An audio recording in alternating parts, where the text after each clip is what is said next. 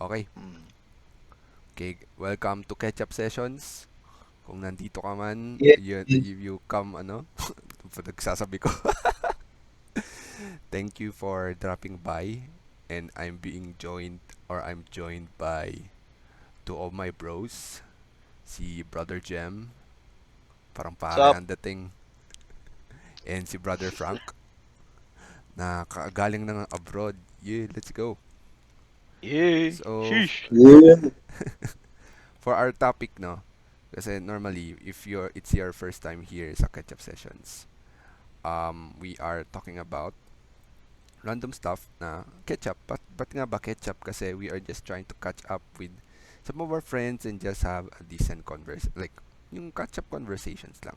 Sorry, I'm such a bad host. But anyway, in this Mm. episode of Ketchup Sessions, we will be discussing rookie mistakes, navigating parenthood for the first time. So, syempre, becoming a parent for the first time can be exciting but also overwhelming. So, in this discussion, we will be sharing some of the common mistakes that parents make and how to navigate through them. So, ayun, sa mga hindi nakakaalam, si Brother Jem just recently became a dad. Congratulations. And we have our in-house veteran, si Brother Frank.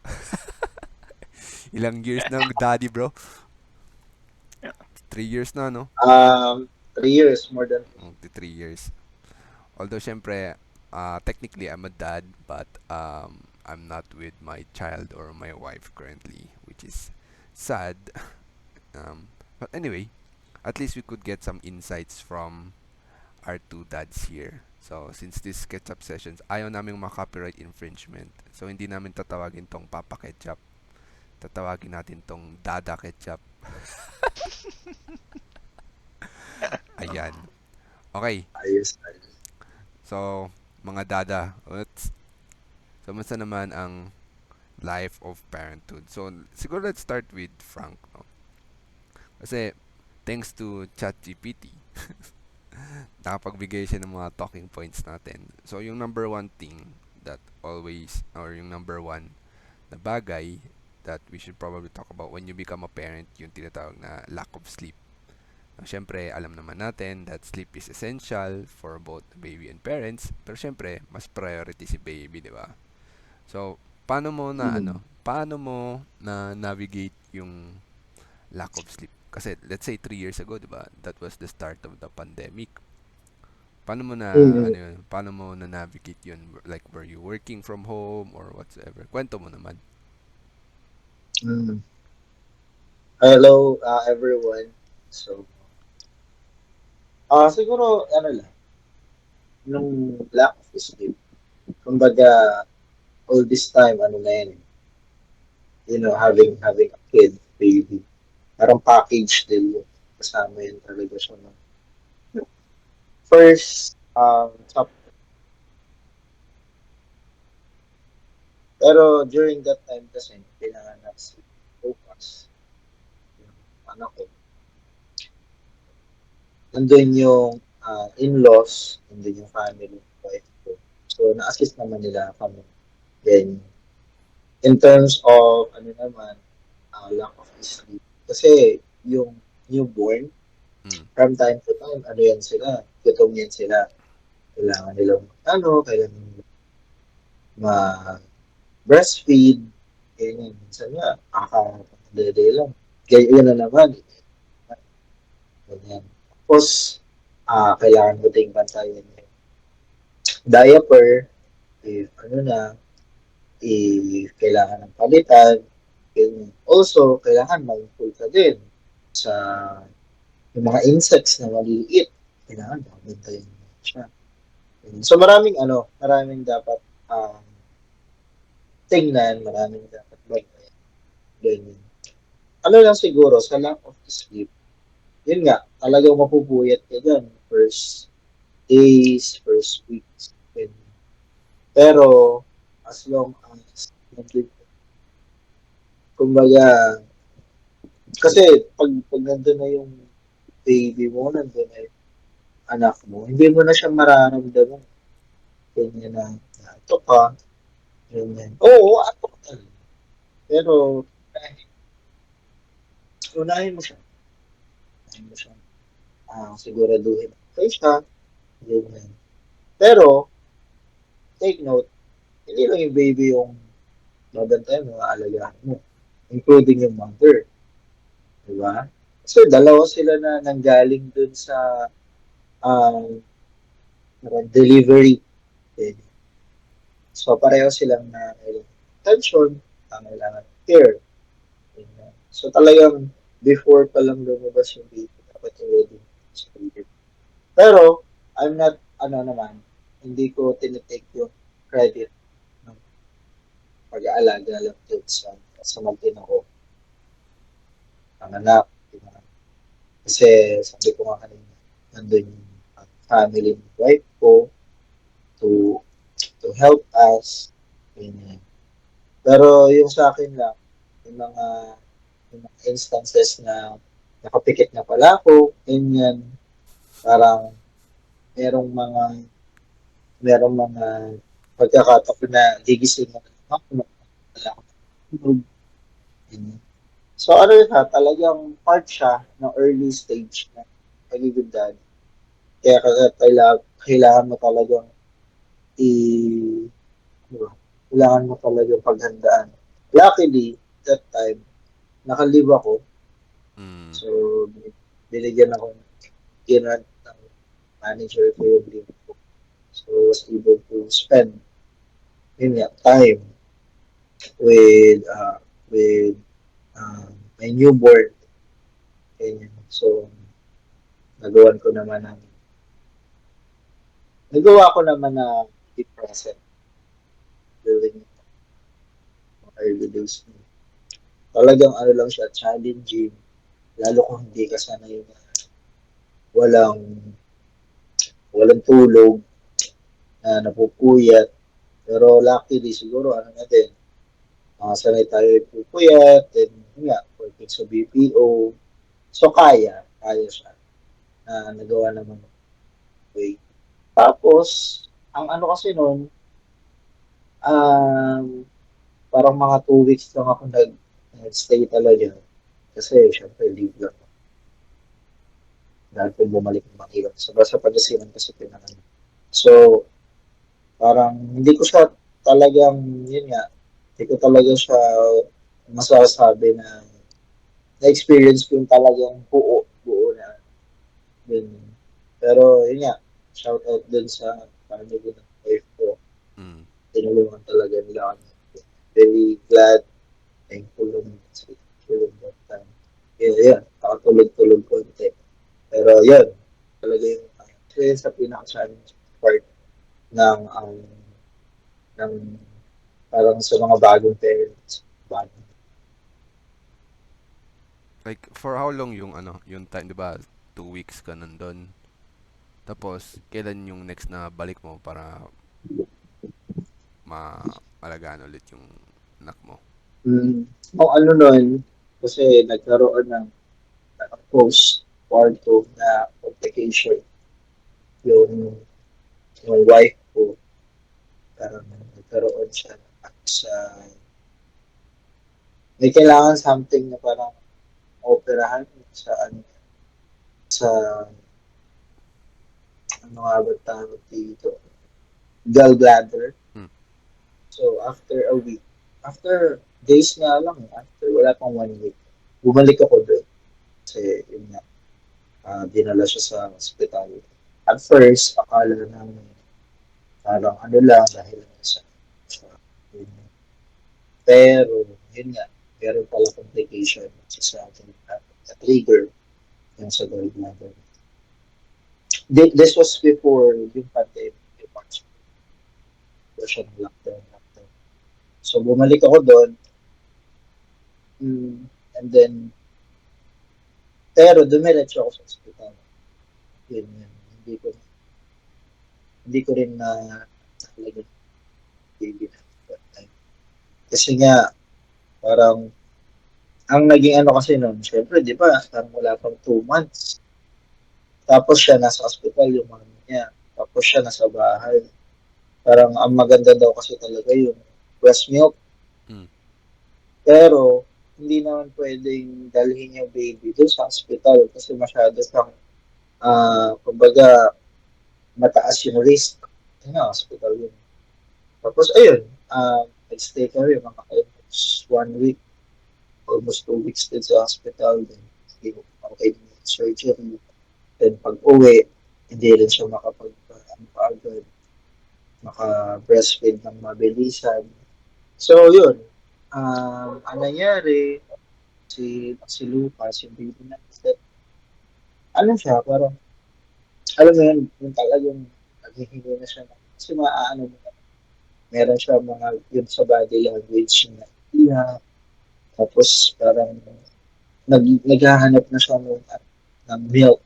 Ganyan. So, yun yung naging challenge. Hello? Anyari, bro? Ayun, Ah, hello? okay. Bigla kang nag-mute ng mic eh. Yung pala yung pero napanak si Lucas before nag-lockdown yung buong mundo, di ba?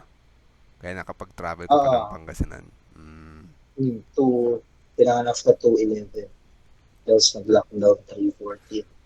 Tapos, ayun, yun nga, kaya sa, sa, nga talagang sobrang challenging sa malayo sila. Tapos, bumalik ako ang Manila. Tapos, pagbalik ko ng work, after nag-lockdown.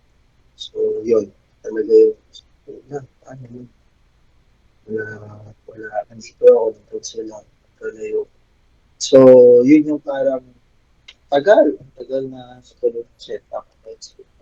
Ilang months yun? Siguro, pagkapanganak, nakita ko siya ulit before siya na before siya na 1 year old. Kung Sheesh. pinanganak siya ng Feb, una ko siya nakita ulit in person. Di simple talaga yun. Dang, tagal nun. Oh my God.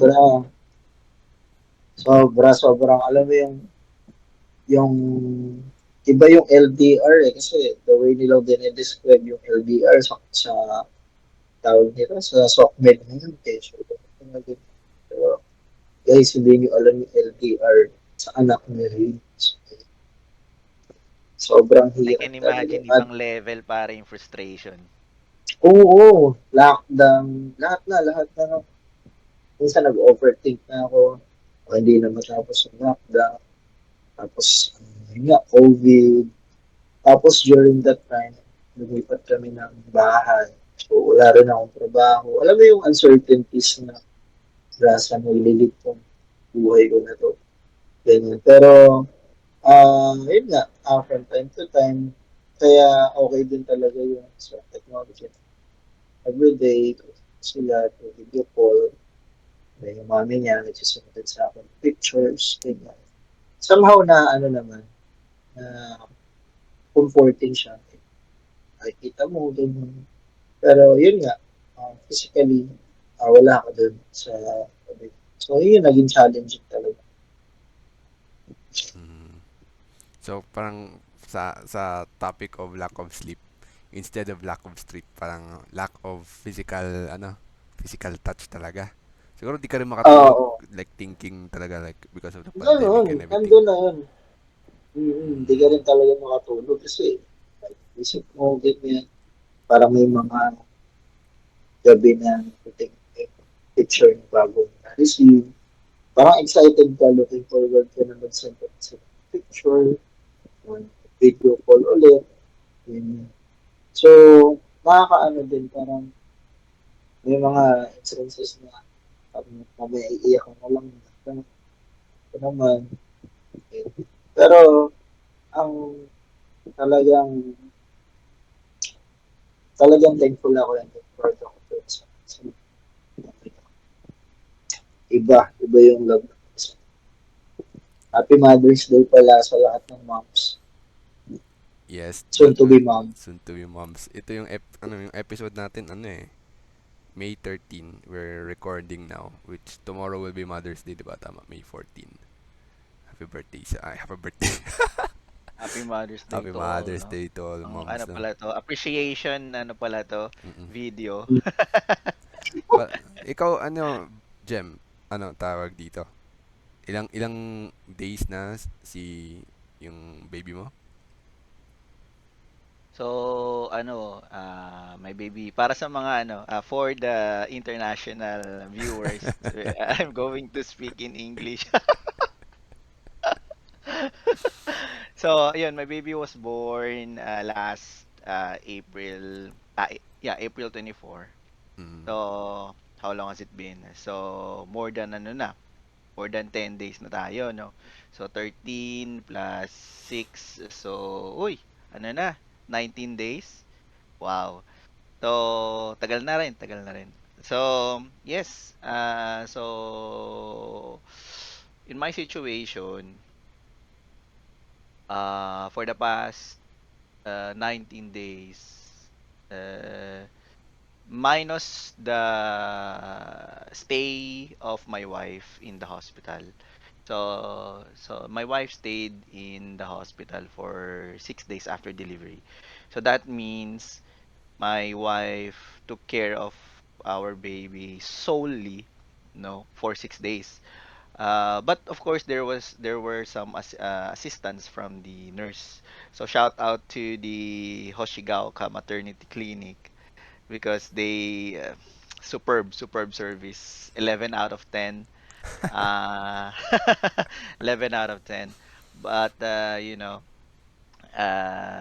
I also felt frustration because I can only see my son for I was only able to see my son for let's say 2 hours every day Mm. uh for the next 6 days after delivery.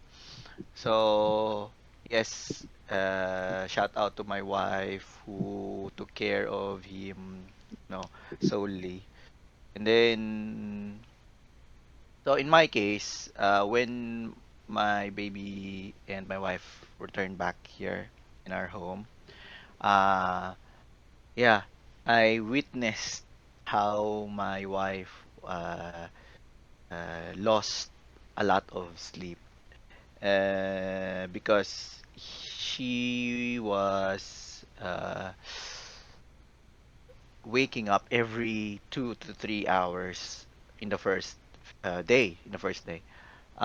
So I was there, taking care of her and the baby as well.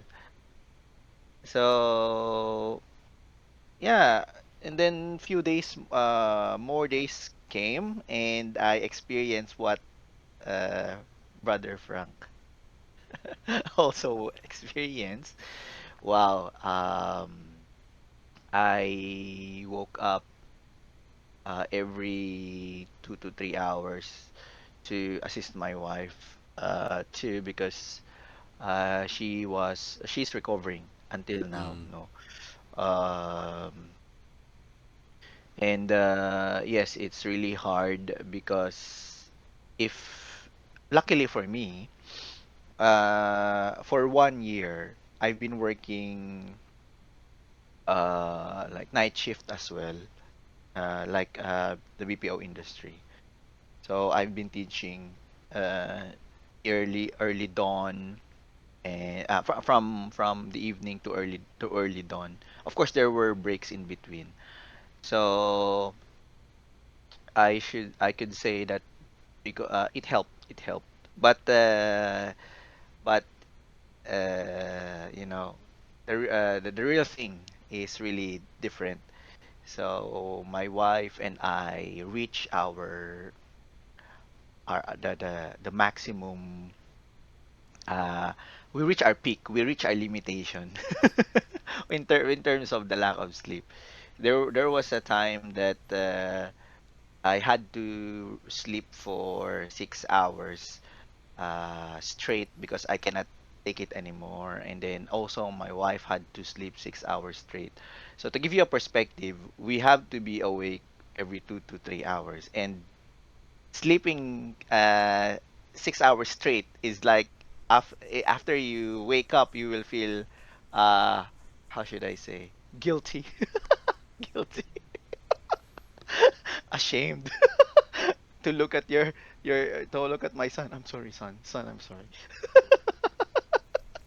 And then also, of course, while you're sleeping, your better half uh was taking care, no, was taking care of your son, so you cannot look at her properly or him properly, uh but they are luckily, my wife is very understanding, and she always asks, did you sleep well? And so that goes also for me. So whenever she sleeps straight for 6 hours, I ask her, how was your sleep? Is it okay? So yeah, it's really difficult, but like what Brother Frank said, um, you will wake up, you will do this because you really want to take care of your child. No, the feeling is really different, and it's you don't feel that you're doing this just because of your responsibility, but you're doing this because you really want to show your love to your child. So, but of course, our heart and mind has no limitation, but our physical body has. So that's why it's very important to take care of ourselves. And yeah, if there's a time to sleep, you really need to sleep. You cannot. I mean, hobbies for my hobbies are almost thrown out the window, because just to let everyone know, I like to read mangas or webtoons, or novels in my free time. But all of those are thrown out the window because I have to tend to my baby, like really focus. And then, yeah, sometimes even it's time to sleep, you can't because if you lay down your child in the, on the bed, he started to cry. He starts to cry, and had to tend to him again. And so yeah, that's you won't really. It's really hard to say how difficult it is unless you experience it yourself, because it's not only about waking up and staying awake. It's also taking care of your wife, your partner, preparing everything, being proactive to the needs of your wife, to your spouse. What do you need? The towel? Do you need the coffee while breastfeeding? What do you need? Something like that. Give tea. Then yeah, so it's a lot. It's a lot, but for me, I think it has been one of the most fulfilling experience because I'm tired. I'm giving everything. I'm showing my love. Everything. It's like a whole lot of me is invested to my child, to my wife. So yeah, struggle but happy. I can say in 3 words: struggle but happy. Struggling happy. Yeah, struggling but happy. Yes, that's for me. Thank you so much. Ang formal, no? Oo, para yung reach natin, no? To Ano, the international medyo Um, audience. good international. point yun, good point. Big Oo. brain. Anyway, Pero ano lang, Taglish, di ba? add up lang ako dun sa Oo. sinabi ni Brother Jem. Yung sinabi na you have to be proactive. Parang ano talaga siya eh. Yun yung ano eh. Kasi being a dad, you really want to give the best ganyan for your child. So as much as possible, parang instantly pagka kinailangan sa bagay. So, parang ano din eh. Nandun din instinct mo. Parang sa father na gusto kong gawin to, dapat hindi. You are setting a parang a certain standard. Dapat. Ganito. Mm, medyo nanliliit ako sa dalawang dads natin dito kasi di ko na-experience yung mga bagay na yun ba. Ah, mine is a little bit, not little bit, it's complicated situation. Pero, ha, how I wish na nagawa ko rin yung mga bagay yun. Anyway, sorry to our international listeners. No? Okay. But, now, of course, we've already touched on the topic of lack of sleep. I really don't know how I would have managed that. Mm, because for me, I rarely lose sleep. Like, I don't really stay up so late, just very rarely in very rare circumstances. So, I don't know. Even when my daughter was born, or when I was still staying with my wife and her family, I did not really had much of an opportunity like that. But anyway, the time is something that we cannot turn back anymore. We just move on forward na lang. Okay. So we've already discussed on lack of sleep, and looks like that both of you managed well. Although Frank was long distance and Jem is like still fresh, and still Going probably there. reach the Going there. limit, but like gonna be limitless no. Now speaking of limitless, limited sleep, diba? Now we're gonna move to the unlimited diaper changes. For me personally, I think I've only changed my baby's diaper once or twice, because when she was born, it was during the winter, and then had to change very fast, because if you don't change fast, she might catch a cold. So I barely touched her, and I rarely had that opportunity. But how about for you guys? Like, seeing your baby's poop, like, what was your initial reaction? Like, ugh, oh my god, like something like that. And what is your personal suggestion? Like, sana lang, ma-sponsoran tayo ng mga diapers. If there are any diaper brands that will be listening or watching, what would you prefer, like a diaper that your baby would use, or you would suggest to future dads? Ayan. Anyone could go ahead naman.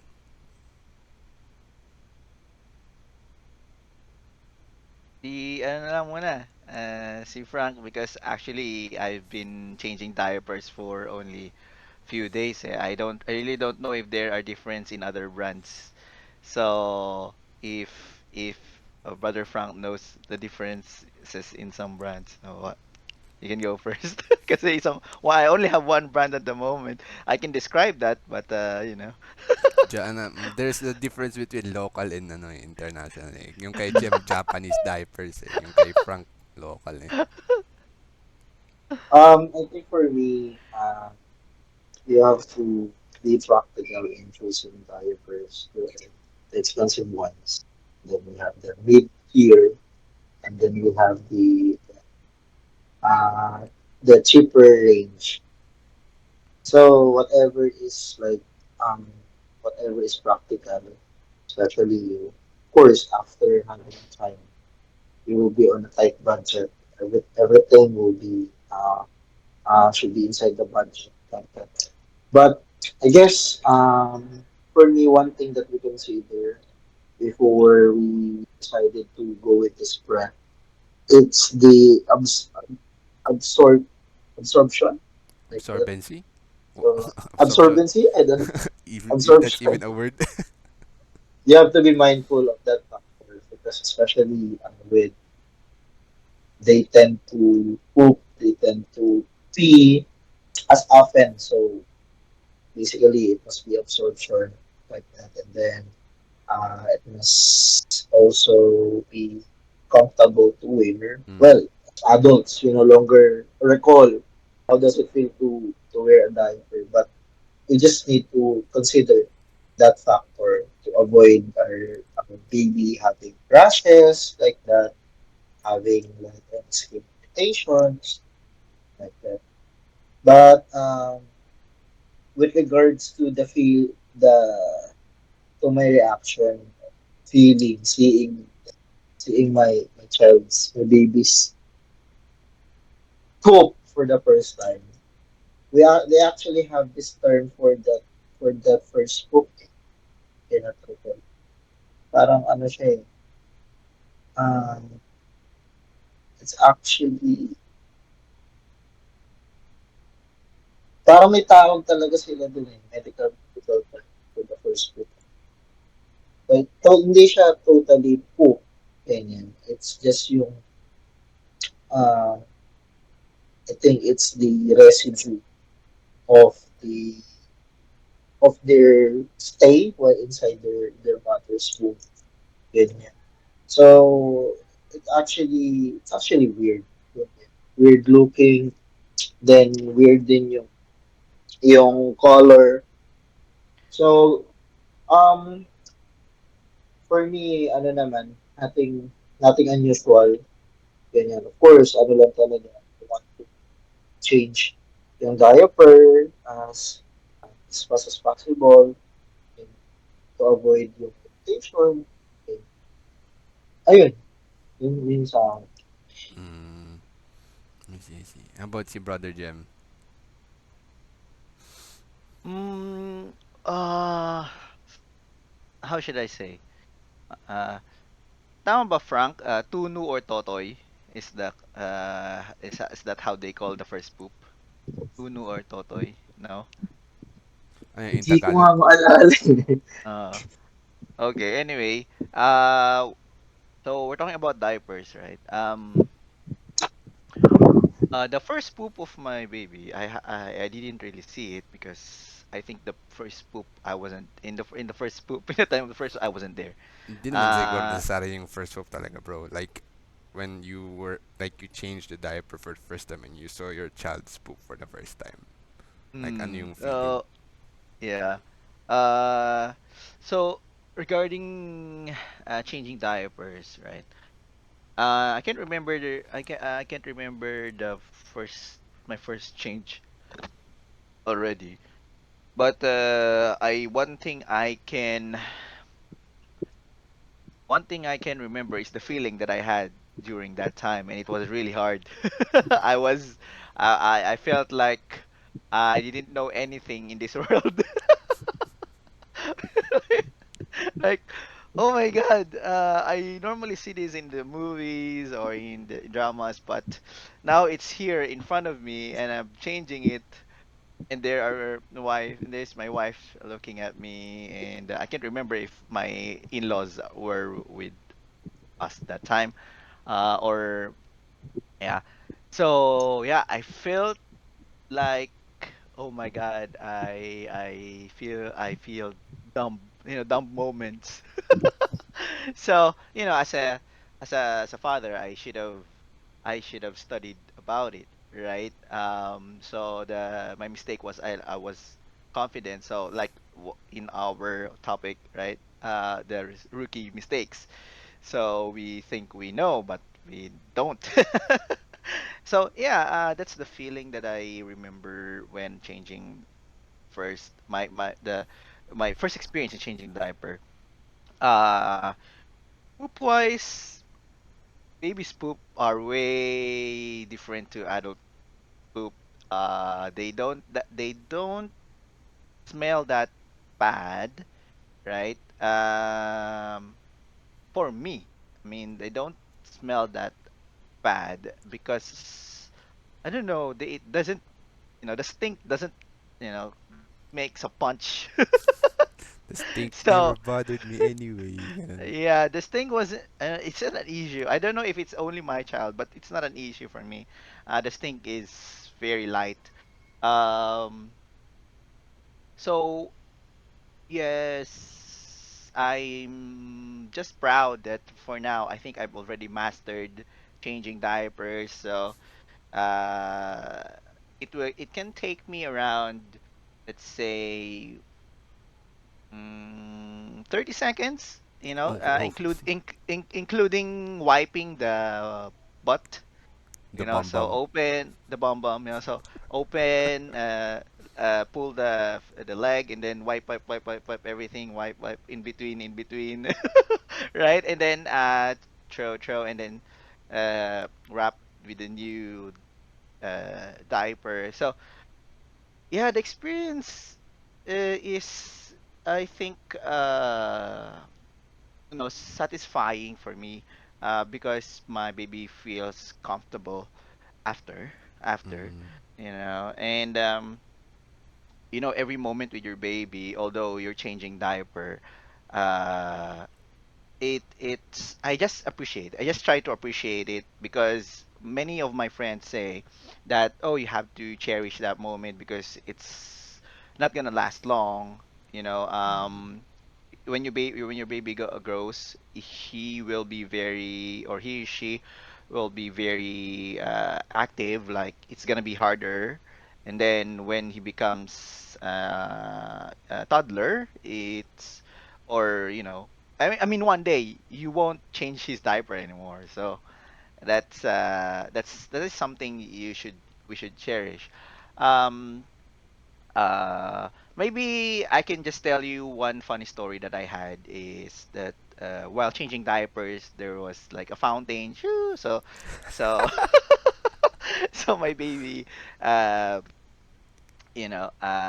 sprayed his pee on me and on the bed. So, but yeah, and then there was also one time that I thought my baby has already finished pooping, right? Like, everything is done. We just have to change the diaper.